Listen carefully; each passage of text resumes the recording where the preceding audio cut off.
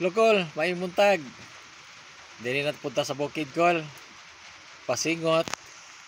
Doaw sa atong gitanom nga kakao kol, mga 2 months naman siguro ni. Unya, pang content pod. So muna itong kakao kol oh. Ato na siyang nahalimpisan 2 weeks na.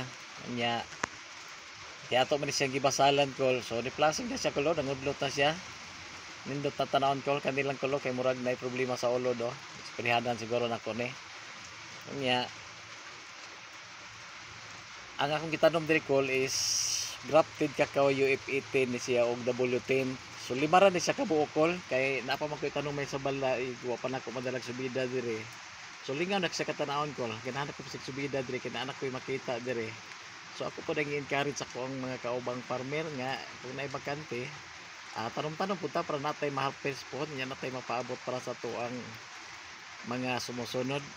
Unya ako sa akong part kol, nanapog ko'y mag-content, na ako'y ma-upload permanente kay nag-vlog-vlog man kuno hayta. So may